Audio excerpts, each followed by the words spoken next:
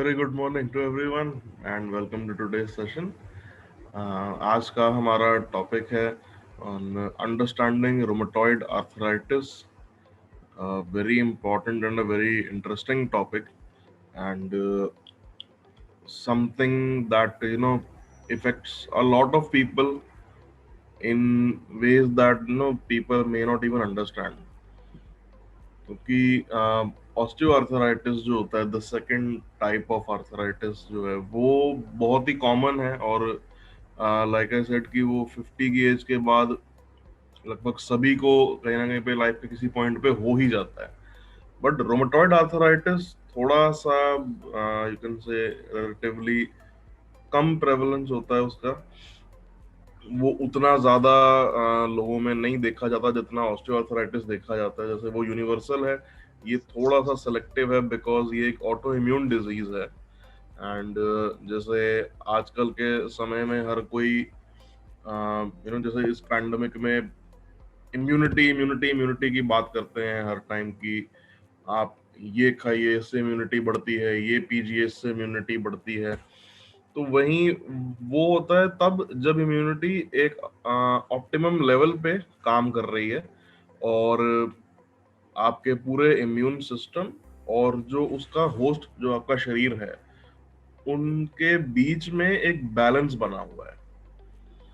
कि इम्यूनिटी हमारे लिए मतलब आप कह सकते हैं the our entire line of defence on the internal on the inside of the body. चाहे वो उसको आप उसका एयरफोर्स कह लें, आर्मी कह लें, आप उसका नेवी कह लें, everything is inside the body and it is made of the immune system.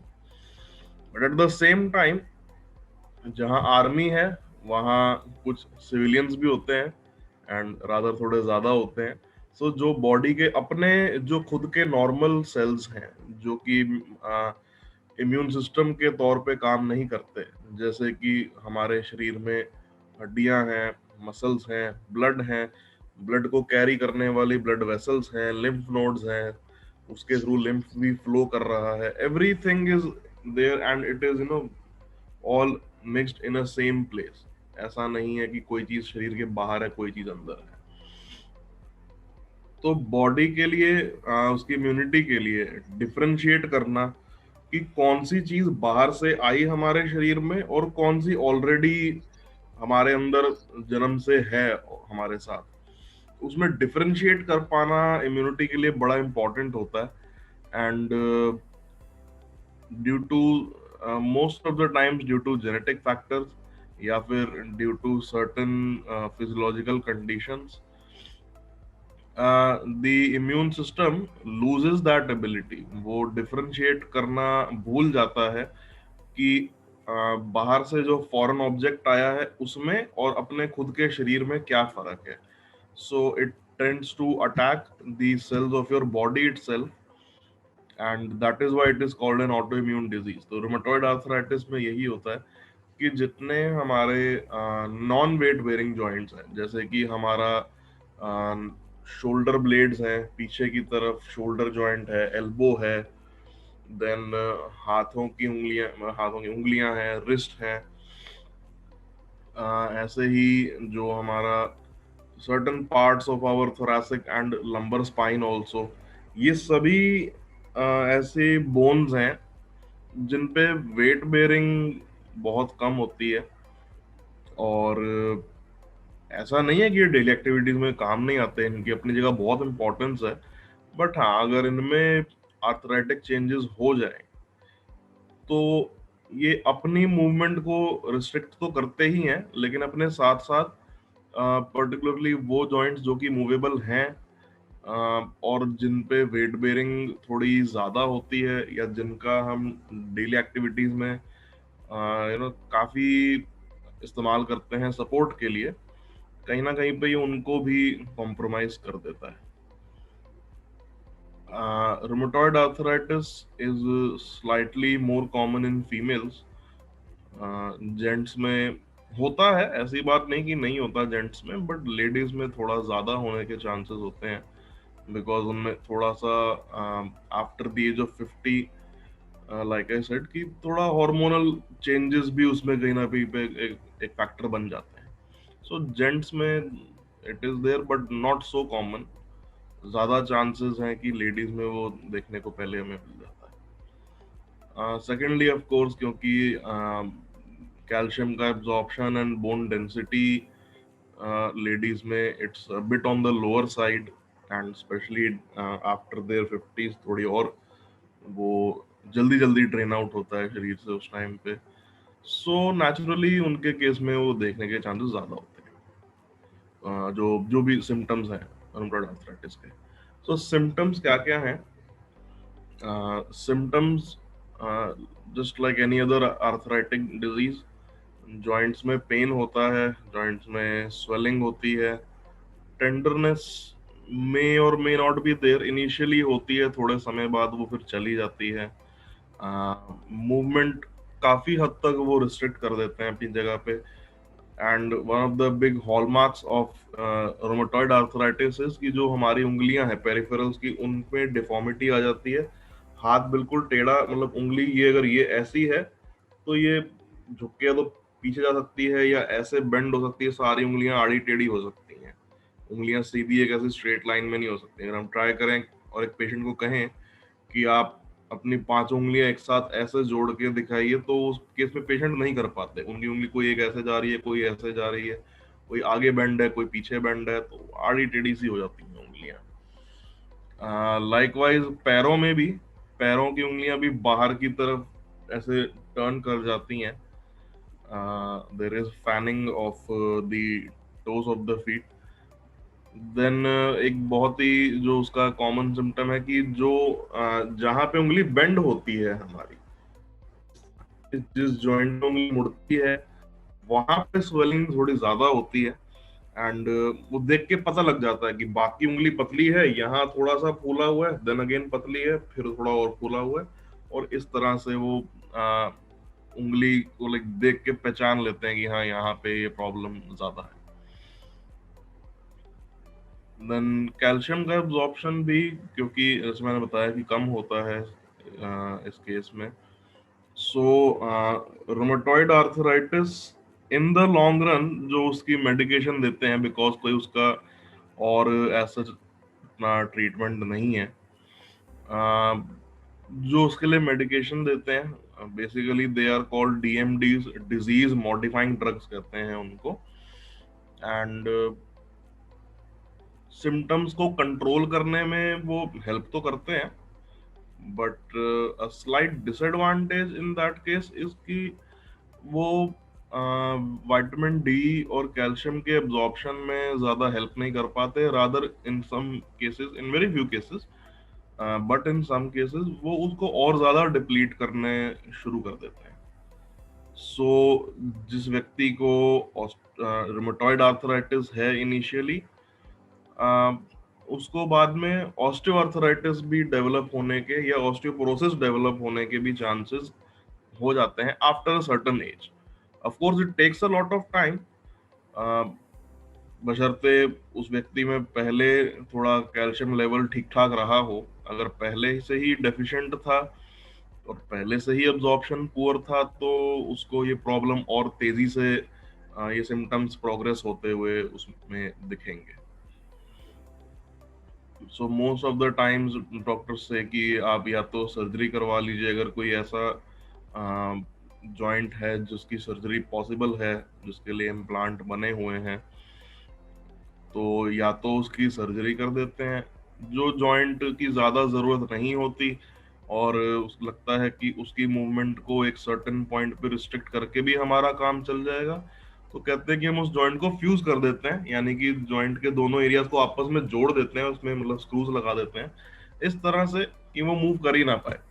जब वो मूव ही नहीं करेगा तो उसमें बोन्स आपस में मतलब जब चिपकी रहेंगी तो उनमें ज्यादा ऐसे फ्रिक्शन क्रिएट नहीं होगा, and they'll remain safe, relatively safe, I should say. But at the same time, coming back to the main topic of today, कि उसकी एक्सरसाइजेस क्या क्या करनी चाहिए। अनुराग सर, इन तीनों में कितना अंतर है ये बताएंगे? ऑस्टियो आर्थराइटिस और ऑस्टियोपोरोसिस और जी जी रूमेटॉइड में। जी मैम, मैं बता देता हूँ एक बार। सो देखिए, ऑस्टियोपोरोसिस जो है, ऑस्टियोपोरोसिस अपने आप में एक बीमारी नहीं है, लेकिन वो ऑस्टियोआर्थराइटिस होने का रीजन बन जाती है। जैसे कि अगर एग्जांपल दें, जैसे डायबिटीज होता है, डायबिटीज अपने आप में कोई बीमारी नहीं है, लेकिन डायबिटीज आगे आने वाली 100 बीमारियों की जड़ होती है अपने आप में। डायबिटिक रेटिनोपैथी से लेके न्यूरोपैथी से लेके किडनीज में प्रॉब्लम वगैरह सब कुछ शुरू, उसका जो रूट कॉज होता है वो डायबिटीज से होता है। ऐसे ही ऑस्टियोपोरोसिस का मतलब है बोन डेंसिटी कम होना।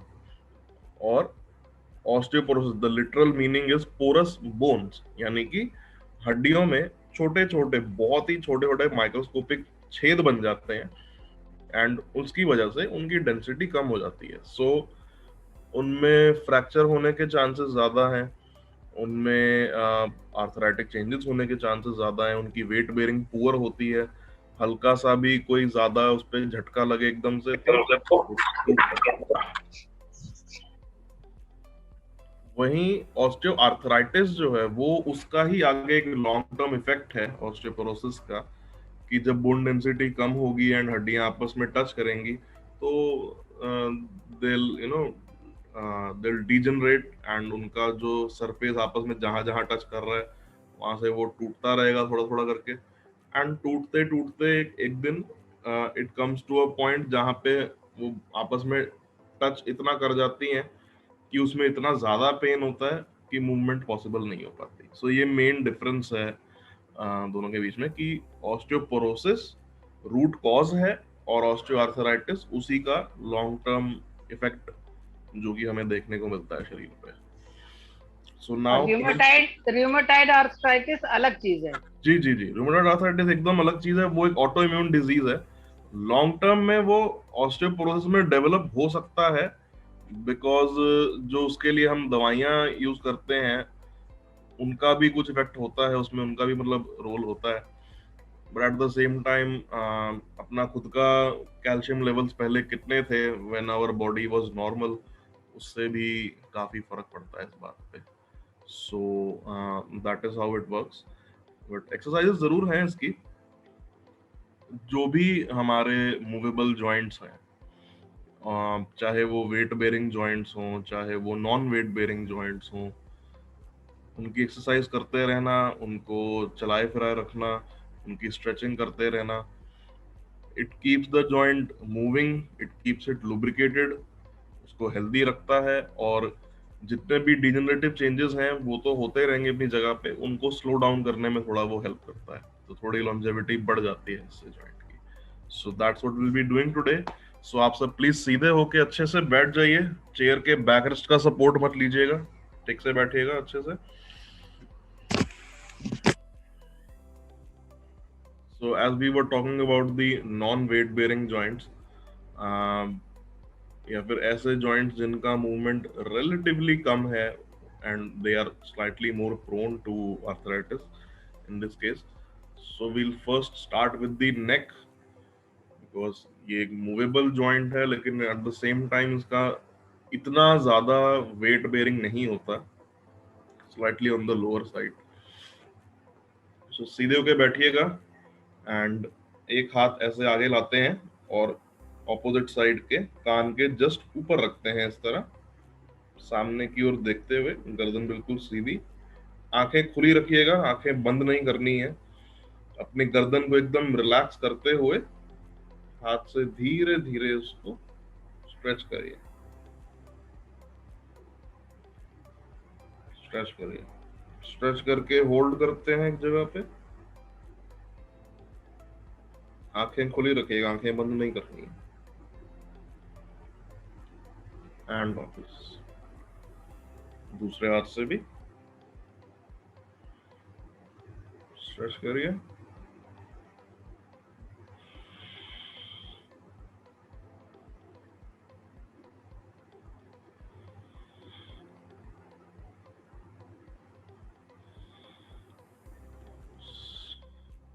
अगेन लेफ्ट हैंड से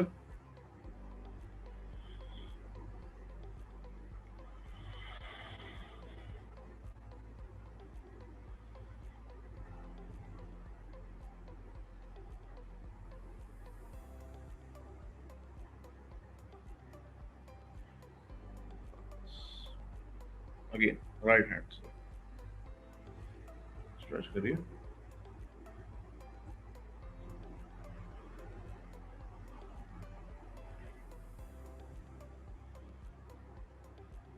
एंड वापस सीधा।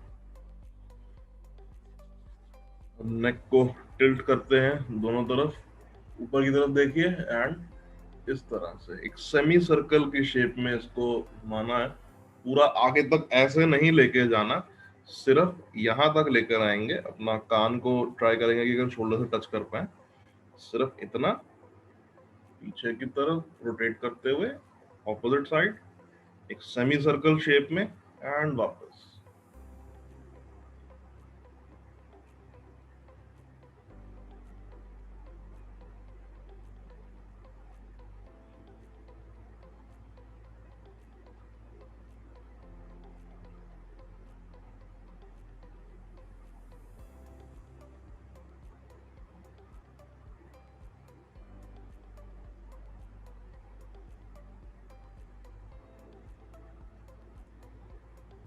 ओके, वापस सीधा कर लीजिए, रिलैक्स।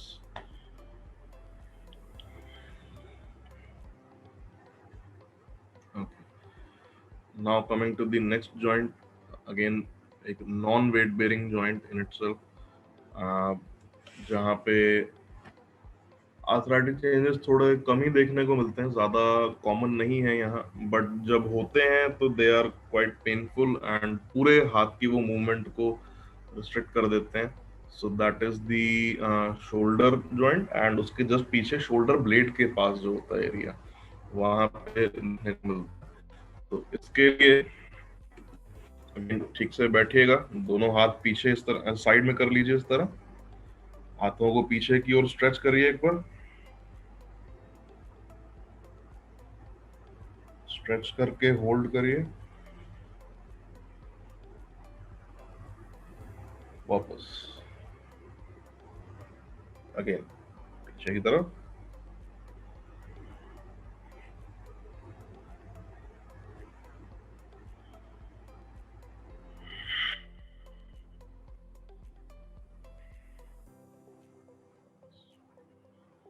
एक बार और,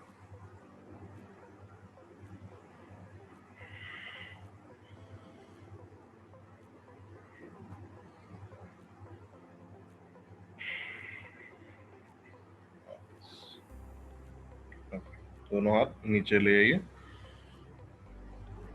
now for the next exercise, again upper back और शोल्डर ब्लेड्स के लिए दोनों हाथों को इस तरह से ऐसे रखेंगे, एल्बोज बेंड करके, थोड़ा नीचे कर लीजिए, नीचे कर लीजिए हाथों को, keep them like this side में। ओके, करना क्या है हमें इस केस में कि हाथ ऐसे रहेंगे, ऊपर की तरफ देखते हुए हाथों को पीछे ले जाए, इस तरह, जितना पीछे की तरफ ले जा पाए, एंड लुक अप,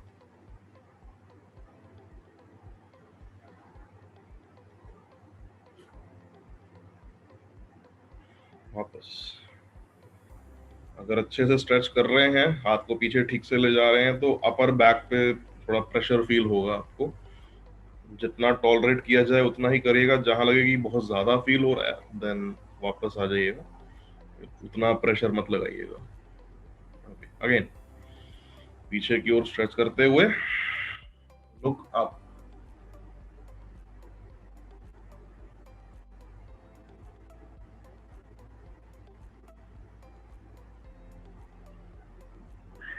वापस सामने की ओर,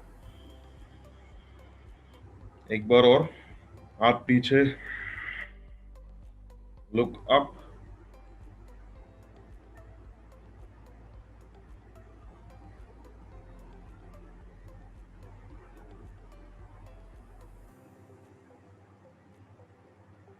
वापस सामने की तरफ, रिलैक्स, दोनों हाथ नीचे ले आइए।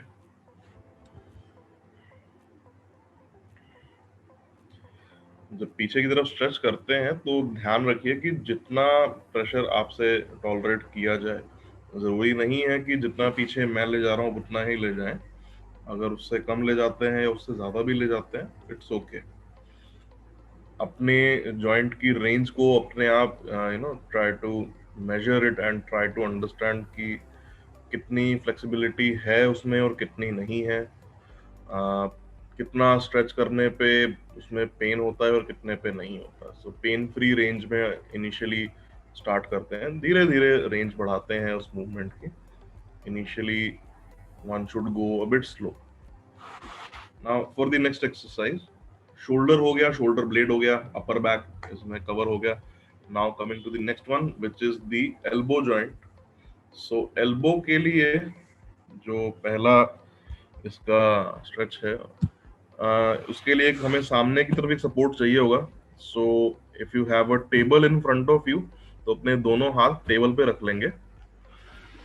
So what we'll do in this case is, इस तरह से जैसे मेरे सामने ये टेबल है, तो इस पे हाथ को मैंने सीधा ऐसे रख लिया। पूरा एल्बो और फोर आर्म मेरा इस समय टेबल के सहारे रेस्ट कर रहा है। और जो मेरा दूसरा हाथ है, उसको ऊपर मैंने ऐसे रख लिया क्रॉस करके। एक टेबल के ऊपर रखिए हाथ को, ऐसे हवा में ऐसे यूं मत रखिए। अगर सामने टेबल हो तो प्लीज उस पे रख लीजिए। Then what we'll do is, जो हाथ नीचे की तरफ है, ये वाला हाथ, इसको बेंड करेंगे, बेंड करेंगे और बेंड करेंगे।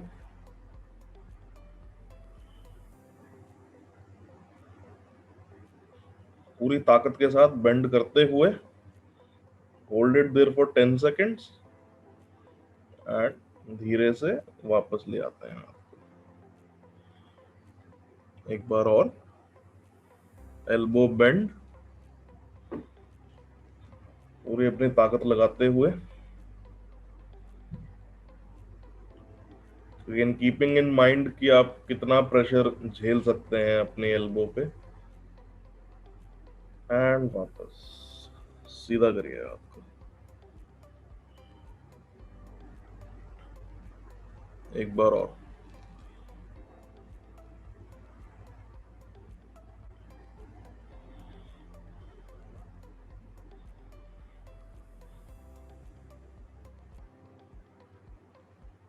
सीधा।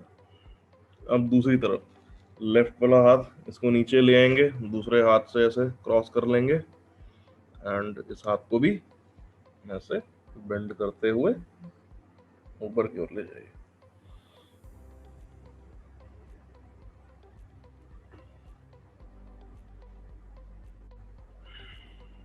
वापस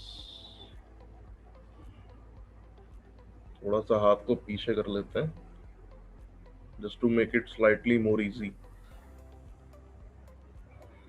बेंड करिए,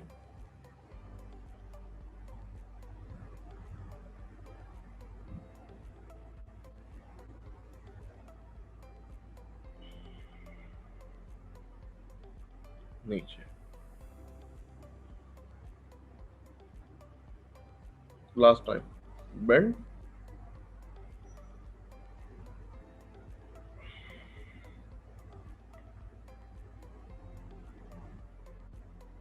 एंड नीचे, रिलैक्स। दोनों हाथ अलग अलग कर देते हैं। अभी टेबल अपने पास ही रखिएगा, टेबल के पास ही बैठे रहिएगा अभी, बिकॉज इसकी जरूरत दोबारा पड़ेगी फॉर नेक्स्ट एक्सरसाइज। अगेन हाथ को इस तरह से सीधा रखा टेबल के ऊपर, ओके, एंड अपने हाथ यानी कि पाम के साथ में दूसरे हाथ को इस तरह से जोड़ लिया, या फिर हाथ को यहाँ रिस्ट के पास रख लिया, आपको जैसे कंफर्टेबल लगे। I usually keep it here, but अगर आपको लगता है कि यहाँ अच्छी ग्रिप बन पाती है तो ऐसे भी रख सकते हैं। सो इस तरह से रिस्ट या हाथ के ऊपर दूसरा हाथ रखते हुए, जो हाथ ऊपर है यानी कि ये वाला हाथ, इससे नीचे की तरफ पुश करेंगे एल्बो को, वहीं इस एल्बो जो हाथ नीचे की तरफ है उससे एल्बो को बेंड करेंगे। सो बेसिकली मैं अपने लेफ्ट हैंड की एल्बो को बेंड कर रहा हूं और राइट वाले हाथ से उसको नीचे की ओर धक्का मार रहा हूं। एंड वापस एक बार और,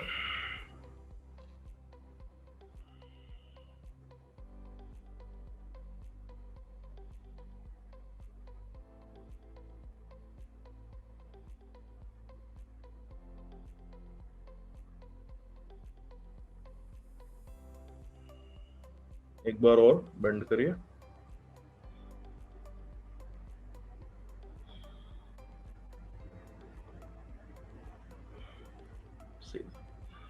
अब दूसरे हाथ पे भी, इसके भी रिस्ट पे हाथ को रखते हुए अपने डॉक्टर अनुराग, जो हैंड प्रेस हो रहा है वो डायगोनली ऊपर जाएगा कि सीधा जाना चाहिए? डायगनली भी ले जा सकते हैं मैम, सीधा ले सकते हैं, जैसे कंफर्टेबल लगे। जस्ट मेक श्योर कि आपका हाथ ऐसे टेबल के ऊपर हो, अनसपोर्टेड ना हो, हवा में नहीं होना चाहिए। ठीक, thank you. Either you can keep it straight like this, या अगर ऐसे भी रख लें तो भी ठीक है। प्रेफरेबली अगर आप इस तरह थोड़ा डायगनली रखते हैं तो ज्यादा अच्छा रहता है। ओके, थैंक यू जी। So keeping it like this, elbow को बेंड करिए while pushing with the opposite hand.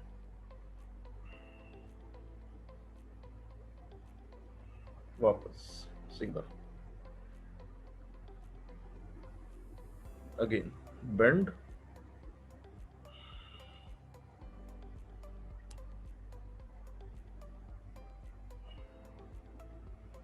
and धीरे धीरे वापस नीचे ले, रिलैक्स। चलिए ठीक से बैठ जाइए अब। So this was the exercise for the elbow joint. अब आप सोचेंगे कि हमने अपने एक हाथ का यूज करते हुए and while keeping the support of table हमने एक्सरसाइज को क्यों करा। हम अगर हाथ में कोई बॉटल पकड़ते या कोई वेट पकड़ते थोड़ा और हैवी, तो उससे भी कर लेते, बात तो एक ही होती। लेकिन दोनों में डिफरेंस ये है कि इस केस में जब हमने टेबल रख ली नीचे, तो अब हमारा हाथ हवा में नहीं झूल रहा है। अब नीचे जो हमारे ट्राइसेप्स ये वाले जो मसल्स हैं, ये पूरी तरह से रिलैक्स हो जाते हैं, इनका अब इसमें कोई काम नहीं रहता। सो जो मसल्स एल्बो को बेंड करते हैं, विच इज द बाइसेप्स, वो अपना काम पूरी तरह से अच्छे से कर पाता है बिना किसी ऑब्स्ट्रक्शन के। And eight the same time जो मूवमेंट है वो बहुत ही स्लो होना चाहिए। एंड अगर हम हाथ में कोई भी ऐसा फ्री वेट थमा दें, चाहे वो 2 किलो का कोई चाहे वो वाटर बॉटल है 2 लीटर की, चाहे वो डंबल है, one tends to move that a bit faster. वहीं अपना हाथ जब खुद का हाथ रखते हैं उसके ऊपर, तब मूवमेंट अपने हिसाब से थोड़ी स्लो डाउन हो जाती है।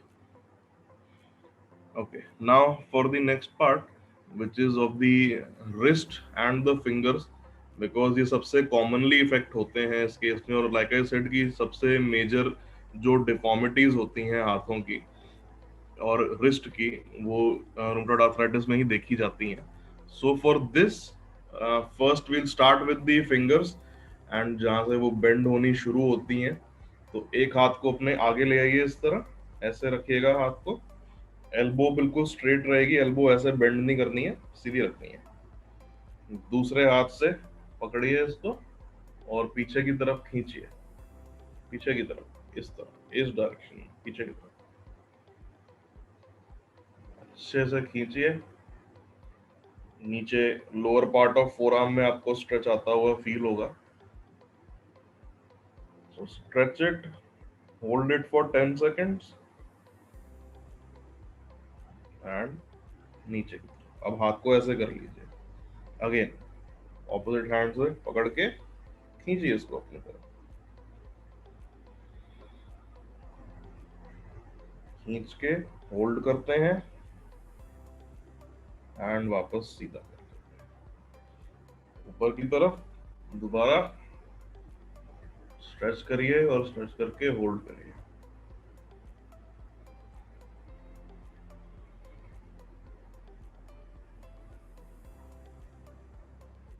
नीचे एक बार और स्ट्रेच करिए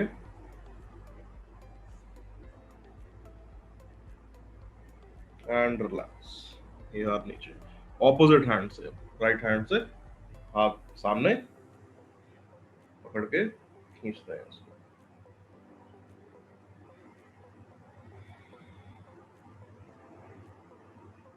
and specially for those who have rheumatoid arthritis, जिनको डायग्नोज हो चुका है, सुबह उठ के एक बार हाथों की अगर सिकाई कर सकें तो बहुत अच्छा रहेगा, और सिकाई करने के बाद ये वाला स्ट्रेच करिए, that will really help you in the long run. नीचे की ओर स्ट्रेच करते हुए होल्ड करिए, ऊपर लाइए हाथ को,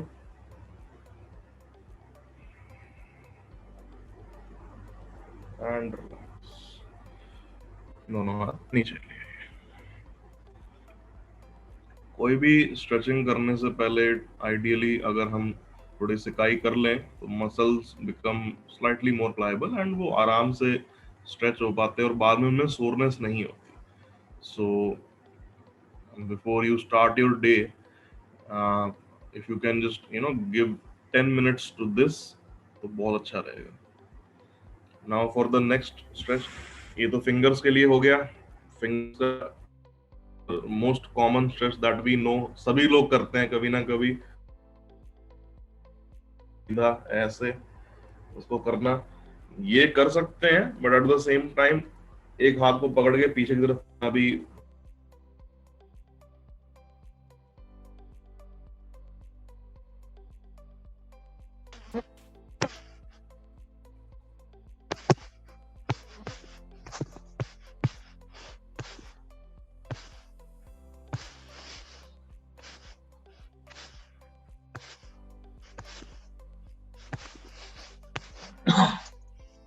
Not visible, Anurag.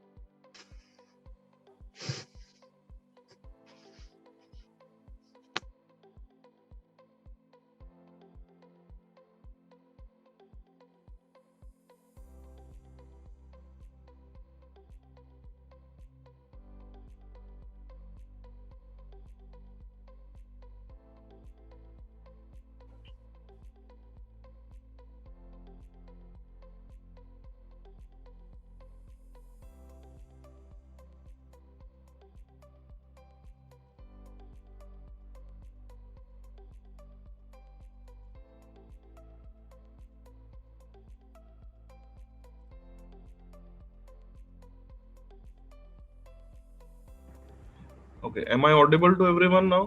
Yes, now. Device Yes. Disconnect हो गया था बीच में, सॉरी फॉर दैट। वीडियो ठीक से आ रही है? Everyone can see me? Yes. Okay, मैं एक बार ना वीडियो को स्पॉटलाइट कर देता हूँ। ओके, हाँ, so before the device got disconnected हम बात करने जा रहे थे about the wrist joint. So like I was saying कि सुबह उठ के if you can spare just 10 minutes for this, आप सुबह उठ के सिकाई करिए एक बार हाथों की। जस्ट टेक अ मग या छोटा सा जो बाल्टी होती है, कुछ भी होता है, उसमें थोड़ा वार्म वाटर डालिए, दोनों हाथों को उसमें डुबाइए, keep it there for 10 minutes, बाहर निकाल के दोनों साइड्स की स्ट्रेचिंग अच्छे से करके, then coming to the next stretch that you need to do after that, हाथों को इस तरह से ज्वाइन कर लीजिए। ओके, एंड थोड़ा एल्बोज को भी इस तरह पास पास रखना है। एल्बोज ऐसे नहीं रखनी, ऐसे रखनी है। ऐसे रखते हुए एल्बोज को लेफ्ट राइट बेंड करेंगे वेरी स्लोली, एंड ट्राई करें कि एल्बोज उठाएं ना ऊपर, ऐसे मत करिएगा, ऐसे ही रखिएगा सर। एंड धीरे धीरे इसको मूव करिए।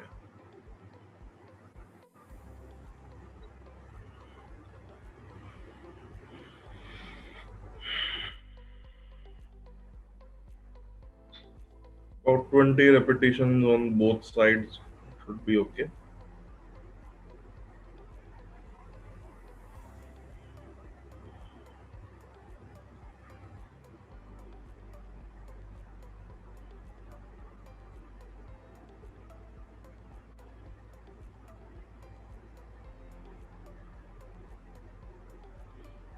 Okay, relax.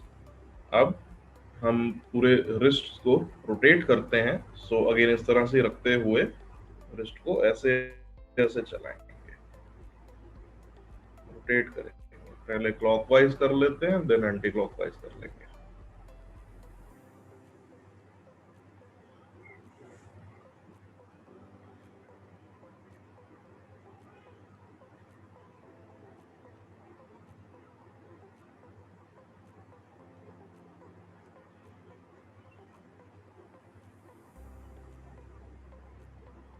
Now anti clockwise, opposite direction में चलाइए।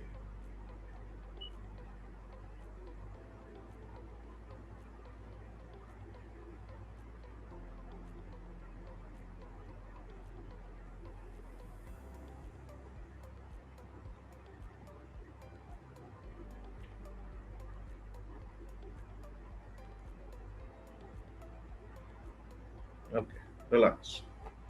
दोनों आप नीचे कर लीजिए।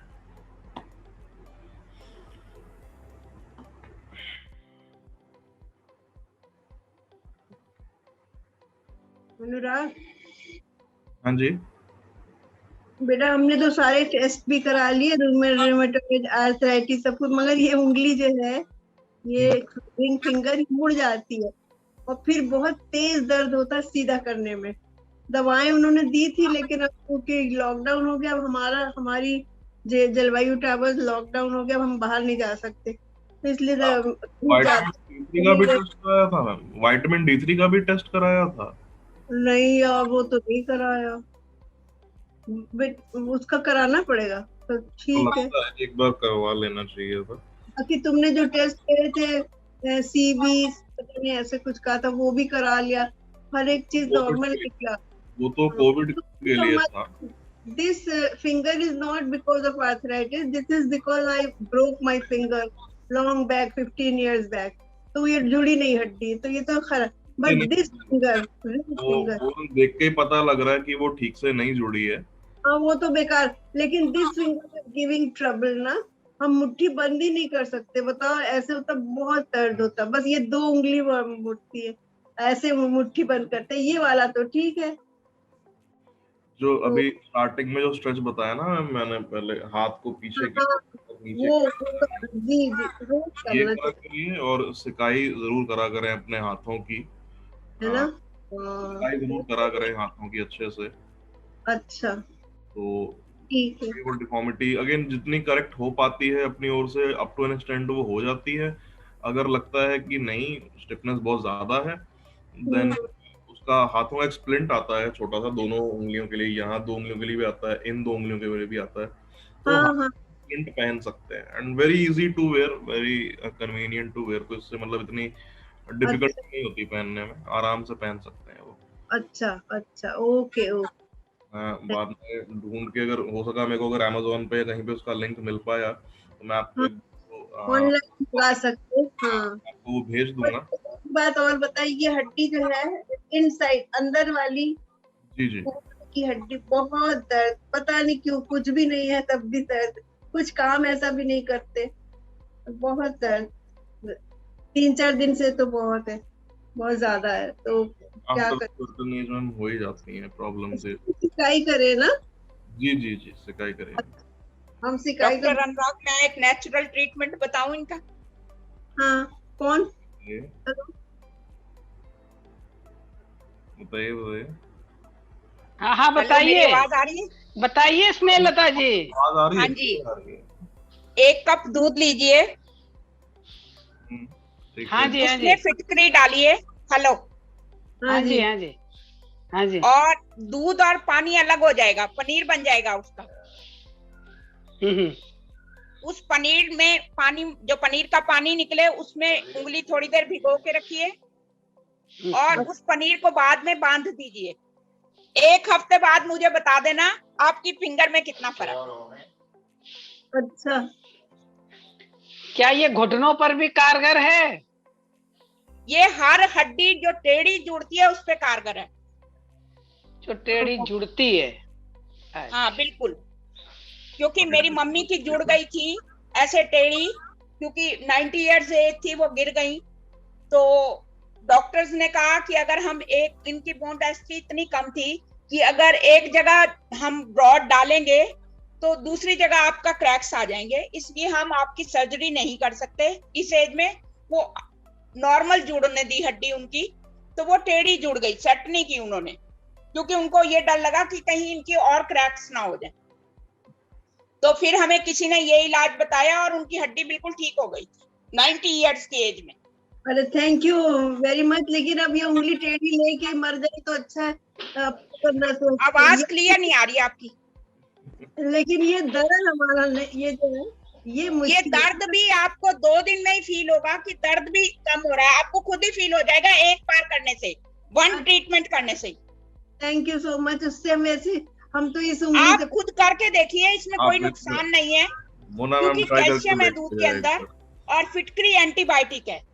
अच्छा, thank you so much. Mona करके देख लो, कोई नुकसान नहीं। आपको फर्क लगे तो सबको बताइए उल्टा। श्रीलता जी दोबारा बताना। श्रीलता जी जरा दोबारा बताना। स्नेहलता जी दोबारा बताइए, कोई पूछ रहा है। हाँ जी बताइए, आवाज नहीं आ रही क्लियर आप लोगों की। अनुराग, हम वो विटामिन डी का टेस्ट करवाए थे ना? हो सके तो एक बार मैम करवा लीजिएगा कि एक बार ना सेशन के एंड में Snehlata ma'am you can just explain that one again. मैं सेशन कंप्लीट कर लूं, it won't take more than 5 minutes, almost खत्म ही हो गया। ठीक है, ठीक। उसके बाद आप माइक ऑन करके एक बार ना बता दीजिए। अरे exchange phone numbers and finish off. जी सर, बस मैं बताने लगा हूं आगे। So for the next set of exercises now we are starting with the lower limbs. तो आप सब प्लीज खड़े हो जाइए अपनी अपनी चेयर से एक बार।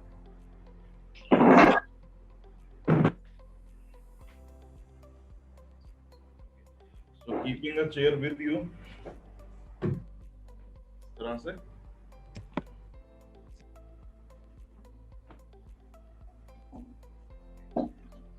चेयर से थोड़ा दूर खड़े हो जाते हैं and will start with the hip joint. So पूरे पैर को साइड से उठाते हुए बाहर ले जाएंगे,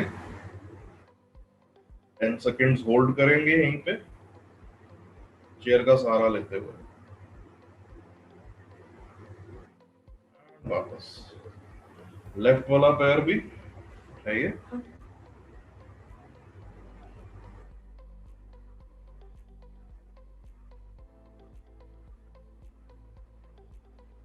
वापस राइट,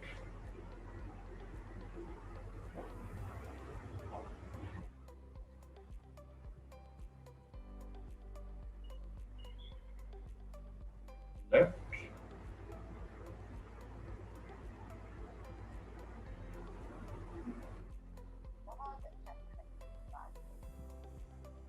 right,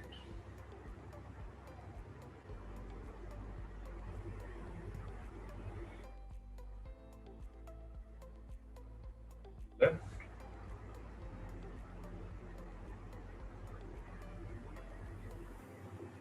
right,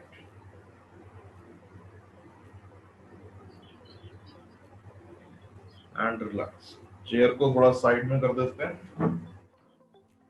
पैरों को पास पास ले आएंगे, जोड़ लेंगे पैरों को साथ में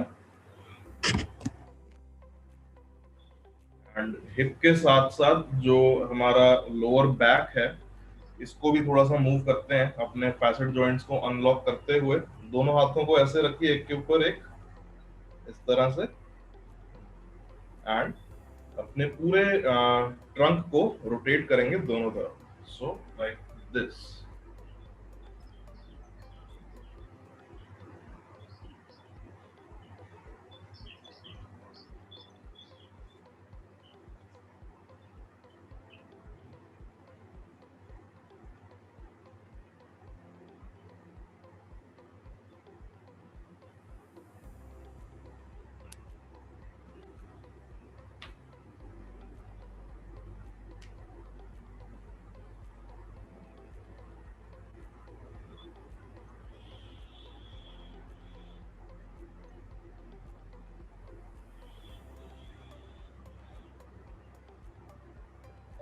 गुड मॉर्निंग आशा मैम, ये अच्छी बात दोस्त, बहुत सुंदर आपने ये सूरज डूबता हुआ उससे बड़ी उम्मीद नजर आ रही है, जीवन में सब कुछ ठीक चल रहा है।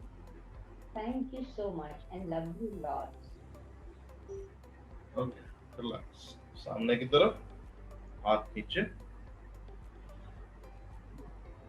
Okay, for the final exercise पैरों को अगेन पास पास रखेंगे इस तरह से, दोनों हाथ आगे की ओर ले आते हैं, इस तरह उठा लीजिए दोनों हाथों को। ओके, सीधा रखते हुए सामने की तरफ धीरे धीरे घुटनों को बेंड करेंगे, नीचे जाएंगे, वापस ऊपर। ध्यान रखना कि घुटने ज्यादा बेंड नहीं करने, try not to exceed 20 to 30 degrees, and कमर सीधी रखिएगा।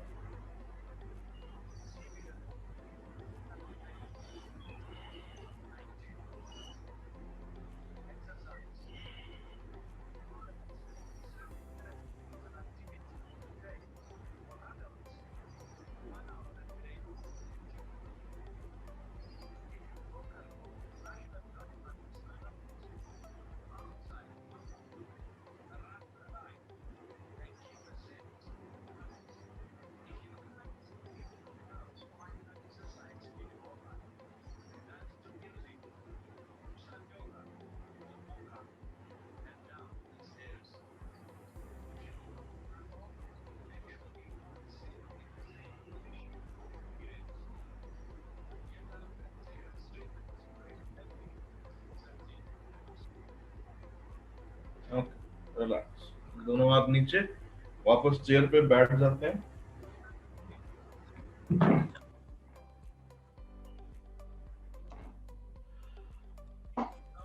Right. So these were all the exercises for rheumatoid arthritis, and अब आप माइक अपना ऑन कर सकते हैं, and if you have any questions, doctor साहब, I have to say something. जी सर। सबसे रिक्वेस्ट है कि जब डॉक्टर साहब का सेशन चल रहा हो ना, अगर कोई आपको उससे रिलेटेड कोई प्रॉब्लम है तो आप डिस्कस कर सकते हैं डॉक्टर साहब से, और अगर किसी को उसके बारे में कोई ट्रीटमेंट पता है तो आपको लगता है कि उससे ज्यादा फायदा होगा तो उस बंदे का अपना पर्सनल फोन नंबर लेके उससे डिस्कस करें। बीच में सेशन में कंटिन्यूटी खराब हो जाती है कि डॉक्टर्स भी है, उन्होंने सब प्लान किया होता है कैसे करना है क्या करना है, हमारी भी कंटिन्यूटी खराब हो जाती है, उससे डिस्टर्बेंस हो जाती है। प्लीज लुक इनटू, आपके पास कोई बेटर ऑप्शन है, आप बंदे का नंबर ले लें और उससे पर्सनली डिस्कस करें प्लीज, बीच में सेशन को मत रोके please. I am just requesting you, अगर आपको अच्छा लगता है ठीक है, किसी को बुरा लगता है तो I am sorry for that. नहीं, you are right.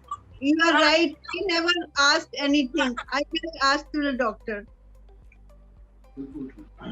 Thank you sir, Thank you. अभी अगर और कोई, अब तो पूछ सकते हैं, अब ओपन फोरम है, अब कोई भी क्वेश्चन आप पूछ सकते हैं। Doctor Anurag ji ma'am, good morning. ये बताइए कि ये जो रूमेटॉइड आर्थराइटिस है, इसका टेस्ट कौन सा होता है? Which is the test that is done for rheumatoid arthritis के मैम जो 2-3 मेन इंडिकेटर्स होते हैं। First, rheumatoid arthritic factor which is called RA factor, वो ब्लड टेस्ट में दिख जाता है कि रिपोर्ट पॉजिटिव है या नेगेटिव है, एंड उसमें अनलाइक कोविड उसमें कोई फॉल्स पॉजिटिव फॉल्स नेगेटिव नहीं होता, वो बहुत क्लियर कट इंडिकेटर होता है, अगर पॉजिटिव है तो है, नहीं है तो नहीं है, एज सिंपल।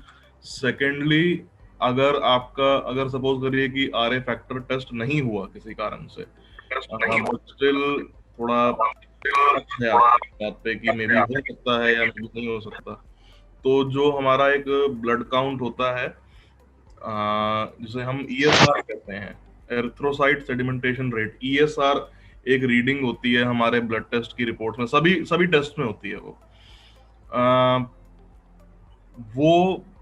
रूमेटॉइड आर्थराइटिस के केस में बहुत ज्यादा बढ़ा हुआ होता है। ऑलमोस्ट यू कैन से कि आपकी जो नॉर्मल रेंज है उससे it can go up to 3-4 times higher also, तो वो एक इंडिकेटर होता है। अगेन बहुत वो कंफर्मेटरी टेस्ट नहीं है, कंफर्मेटरी तो ऑफ कोर्स आरए फैक्टर वाला टेस्ट ही है, but ESR could be one of the indicators. Then third इसका होता है ऑफ कोर्स जब vitamin D if it shows a rapid decline, कि धीरे धीरे रीडिंग हर 2-3 महीने बाद डाउन जाती जा रही है, जाती जा रही है, जाती जा रही है बस, तो that could also be an indicator.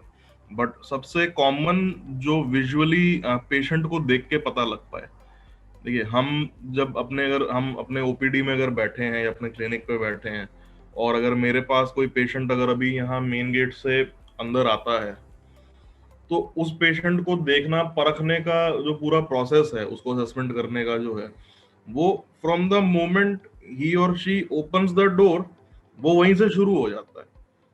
वहीं से पूरा सिर से पैर तक नापना शुरू कर देते हैं कि इसमें कहाँ कहाँ पे क्या हमें प्रॉब्लम पोटेंशियली दिख रही है या आगे जाके दिख सकती है। So the most common I would say visible trait in this is, जो मैंने आपको बताया कि उंगलियों के जो जॉइंट्स है, जहां पे उंगलियां बेंड होती हैं, वहां स्वेलिंग हो जाती है।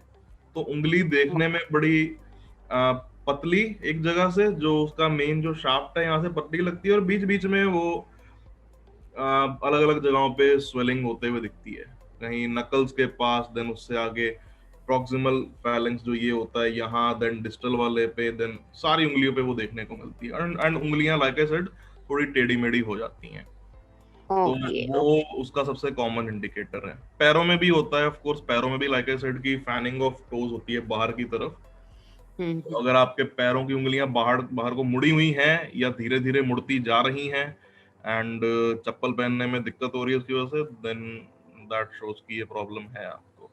अभी तो हम डांस कर रहे हैं, कोई प्रॉब्लम नहीं। अभी तो हम डांस कर रहे हैं। डांस तो देखा मैंने बॉलीवुड क्लब वाले में। आप देखते नहीं इसलिए हम लोग भेज देते हैं आपको। नहीं, लास्ट वाला मैंने देखा था, मैंने उस दिन लॉग इन किया हुआ था, मेरे को सुबह विजय सर का ना मैसेज आया था कि शाम को इस वाले में आप ना लॉग इन जरूर करिएगा। तो कॉल्स चल रही थी मेरी, लैपटॉप इधर, मैंने मेरी एक आंख लैपटॉप की तरफ थी, एक आंख मेरी इधर थी फोन की तरफ अपने। इसकी भी एक्सरसाइज बता दिए, कैसे एक आंख से इधर दिखते हैं, एक आंख से उधर दिखते हैं। ये तो मैम प्रैक्टिस चाहिए, बस मल्टीटास्किंग आनी चाहिए। तो हम थोड़ी बहुत। Thank you doctor, thank you. Any other? Snehlata ji अपना नंबर लिख दीजिए। चलिए स्नेहलता चैट बॉक्स में अपना नंबर डाल दीजिए आप। जी सर। जी एंकल की एक्सरसाइज बताइए, एंकल में पेन रहता है। सर अभी जो लास्ट वाली बताई ना मैंने, मिनी स्क्वाट्स जो बताए थे, अगर आप पैरों को जोड़ के if you keep the hands in front like this, आप जब घुटने को दंड करते हैं नीचे की तरफ, तो एंकल पे भी हल्का सा स्ट्रेच आता है। रोमेटॉइड आर्थराइटिस के केस में एज सच कोई बहुत ज्यादा लंबी चौड़ी एक्सरसाइजेस एंकल की उतनी नहीं होती हैं। एंकल के लिए हमारे पास मेन उसका जो ट्रीटमेंट होता है वो ये होता है कि जैसे मैंने बताया ना, हाथों की सिकाई करते हैं, ऐसे ही पैरों की करते रहिए। And eight the same time make sure कि जब आप चल रहे हैं तो फुटवेयर थोड़ा अच्छा पहने, जिसकी पैडिंग थोड़ी हैवी हो, ताकि आपके हील के ऊपर डायरेक्ट सारा प्रेशर ना पड़े। That is pretty much the only management for arthritis in the ankle joint. बाकी ये है कि हाँ, ज्यादा देर खड़े रहना अवॉइड करें, ज्यादा लंबा डिस्टेंस चलना अवॉइड करें, सीढ़ियां चढ़नी उतरनी इफ पॉसिबल देन अवॉइड करिए। अगर लिफ्ट है तो लिफ्ट का इस्तेमाल करिए, एंड कोई भी भारी सामान उठा के मत चलिए। अपर लिम्स पे अपने यू कैन से कि अगर आपने एक हाथ में वेट पकड़ा हुआ है, सपोज करिए 2 किलो का, तो try not to exceed 2 kgs on both sides, on both hands. So that is pretty much the only management for the ankle joint. बाकी जो joints हैं उनकी of course exercise जैसे मैंने बताई वो सब हो जाती हैं, ankle की उतनी नहीं हो पाती इस केस में।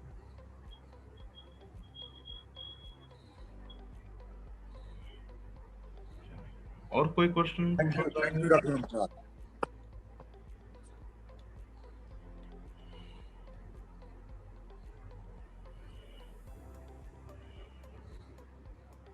तो सो हेलो जी जी, हाँ जी मैम।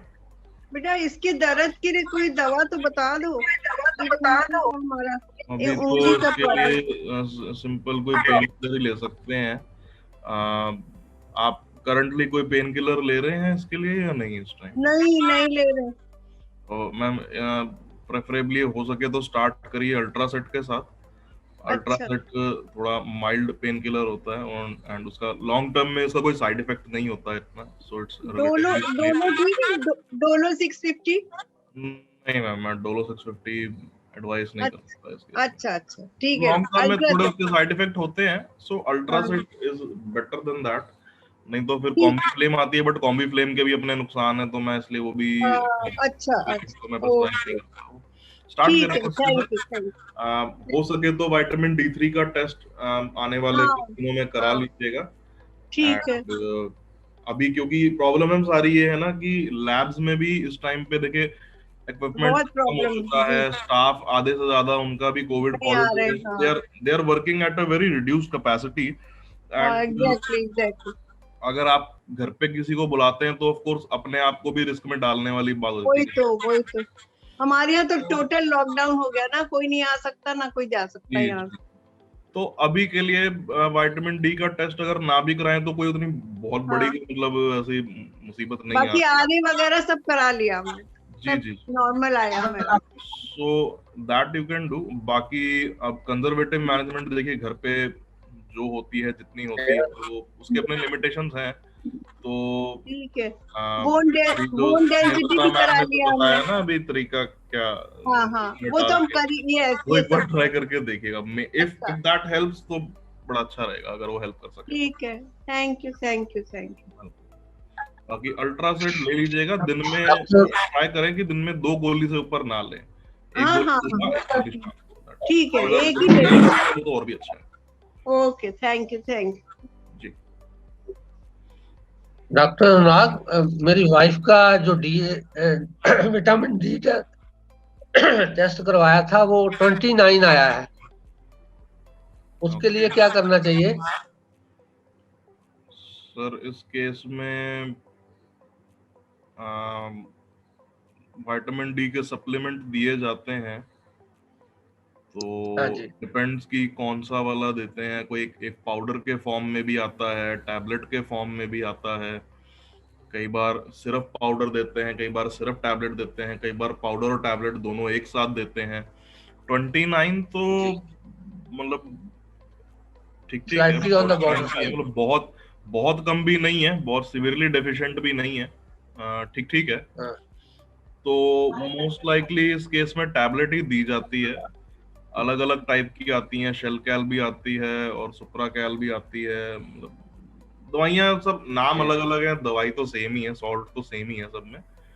अब उसकी पोटेंसी कितनी रखनी है वो आपके ऑर्थोपेडिशियन डिसाइड करेंगे। ज्यादातर 500 mg होती है in most cases, but again ये ध्यान में रखते हुए कि उससे कैल्शियम का सर सबसे बड़ा प्रॉब्लम ये है कि हमारी किडनियां जो हैं वो उसको फिल्टर आउट करने के लिए बनी नहीं है। हमारी किडनी कैल्शियम को फिल्टर आउट नहीं कर पाती, वो स्टोर कर लेती हैं एंड इसलिए वहां पर किडनी स्टोन बन जाते हैं। तो लॉन्ग टर्म में हम उसको भी ज्यादा इस्तेमाल नहीं कर सकते, उसके भरोसे हम पूरा टाइम नहीं बैठ सकते। तो ज्यादातर जो उसका एक पैटर्न होता है देने का कैल्शियम किसी भी व्यक्ति को, चाहे वो ऑस्टियोपोरोटिक हो, आर्थराइटिक हो, anything, given any as, any gender, जो फिक्स्ड एक पैटर्न होता है कैल्शियम इनटेक किसी भी व्यक्ति को देने का, वो होता है कि 2 महीने पहले लगातार दीजिए, फिर 1 महीना गैप करिए, फिर 1 महीना ऑल्टरनेटिवली उसको चलाते रहिए। या फिर अगर बहुत सिवियरली डेफिशिएंट है, अगर विटामिन D3 की मतलब रीडिंग अगर आपका 29 है, अगर किसी इंसान की 10 से भी कम है, तो फिर तो हम उसको कहते हैं कि आप कंटिन्यूअसली लीजिए और फिर जब मंथ के बाद जो गैप देते हैं उसमें भी कुछ ना कुछ वो सप्लीमेंट साथ साथ देते रहते हैं। सो आई वुड एडवाइज कि आपके जो ऑर्थोपेडिशियन हो आप एक बार उनसे मिलिएगा, उनसे बात करिएगा एंड जो भी वो सप्लीमेंट की पोटेंसी जितनी वो डिफाइन करते हैं कि आप इतनी लीजिए मिनिमम, वो आप लेना स्टार्ट कर दीजिए। मगर हमारी हेलो जी जी, हाँ जी। हमारी डॉक्टर जो हमारा डायबिटीज का कर रही हैं इलाज 10 साल से, वो तो हमें कैल्शियम मना नहीं करा उन्होंने, हम तो खा रहे हैं बराबर, और विटामिन डी भी हर 10 दिन पे, मतलब 15 कैल्शियम दिन। आपने मतलब कितने समय से ले रहे हैं कंटिन्यूअसली, कितना टाइम? बहुत बहुत बहुत समय, ना बता ही नहीं सकते कितने समय से। हाँ यार बहुत, एक 2-3 साल। आपने हाँ, कभी KFT नहीं कराया अपना? वो क्या होता? वो KFT किडनी फंक्शन टेस्ट कराया हाँ है? हाँ हाँ, केएफटी कराया, वो हमारा ठीक है? सब ठीक आ रहा। वो ठीक आ रहा है? हाँ जी। अरे वाह, ये कहाँ से लाई है किडनी आप ऐसी? कौन सी खुदा का कौन सी फजल है, कौन सी हमारे चक्की का आटा हस्बैंड खाते को, हैं मोना मैम? हमारे मुझे बता हस्बैंड को इसी वजह से। दीजिए। अनुराग जी, वेरी मेरा गुड। केएफटी ठीक है, शुगर भी है, केएफटी बहुत अच्छा है। शुगर भी है लेकिन केएफटी ठीक है, और शुगर भी ठीक है, 7 पहुंच, तो अभी 7 पे है। आपको आपको आपके डॉक्टर ने एडवाइस किया है कि कंटिन्यूअसली लेते रहिए, या आप अपनी मर्जी से लिए जा रहे हैं? नहीं नहीं नहीं, हमारे पर्चे पे लिखा है, डॉक्टर के पर्चे पे अच्छा, लिखा है, और विटामिन डी भी कराती है तो फिर मैम, हर फिर 15 जो आप दिन पे। सप्लीमेंट या जो भी उसके लिए दवाई ले रहे होंगे ना, उसकी पोटेंसी थोड़ी कम होगी, तभी उन्होंने हाँ, कंटिन्यूअसली लेने को वो बोला। क्या है कि सीसीएम, हाँ हाँ, सीसीएम, सीसीएम उसकी वही पोटेंसी लेते कम हैं। ही होती है, वो उतना स्ट्रॉन्ग सप्लीमेंट नहीं होता, वो माइल्ड हाँ, होता है, ठीक ठीक सा होता है। अनुराग जी, मैं कैल्शियम 5 शेलकॉल एचडी लेती हूँ। अच्छा, that is again mild supplement, not a strong one. जितना जो मोना मैम लेते हैं उससे मिलता जुलता ही है, थोड़ा मतलब 19-20 का ही फर्क है दोनों में। और मैं बोन शाइन बोल के D3 लेते, बोन शाइन। ऑनशाइन तो साथ साथ चलता है, देखिए ना, कैल्शियम के एब्जॉर्प्शन के लिए विटामिन D3 चाहिए ही चाहिए, बिना उसके कैल्शियम जैसा लिया वो वैसा ही बाहर निकल जाएगा, तो कोई उसका फायदा नहीं होता। D3 के साथ चलता है। जी जी, तो वो लेना पड़ता है साथ में उसके। एंड बस ये है कि एज लॉन्ग एज उससे मतलब आपके पैरामीटर्स ठीक रहे, उनमें कोई ज्यादा फ्लक्चुएशन ना हो, तो चलता रहता है। मैंने देखा है कई बार लोगों को कि थोड़ी हायर डोजेज भी अगर वो ले रहे हैं, तो उसको भी काफी लंबे समय तक वो कंटिन्यूअसली लेते हैं। ऐसा कोई मतलब आपके पास कोई नहीं है कि वो प्रॉब्लम होगी ही होगी, बट मोस्टली हो जाती है, तो हम कहते हैं कि पहले ध्यान रखें उस चीज का, अनुराग जी, मैं बाद में तकलीफ ना हो। आई टेक सुप्रिकैल, हाँ जी, सुप्रिकैल लेती हूँ, सुप्रिकैल, ओके। जिसकी पोटेंशियल 1000 500 mg की होती है। नहीं 1000 वाली लेती हूँ मैं, 1000। अच्छा, अरे 1000 mg की लेते हैं? अरे बाप, 3 months and 1 month skip, 3 months and 1 month इसमें skip। तो गैप देना ही पड़ेगा, 1000 mg तो बहुत ज्यादा होता है। 1000 वही mg देती तो काफी भारी भरकम दवाई होती है, तो टैबलेट उधर उसकी गोली भी इतनी बड़ी होती है, उसको कई बार निकलना भी मुश्किल हो जाता है। Yes yes yes. 500 mg तो हम देते रहे अपने पेशेंट को, 1000 mg थोड़ा ज्यादा है। तो आप D3 भी लेते हैं क्या साथ में?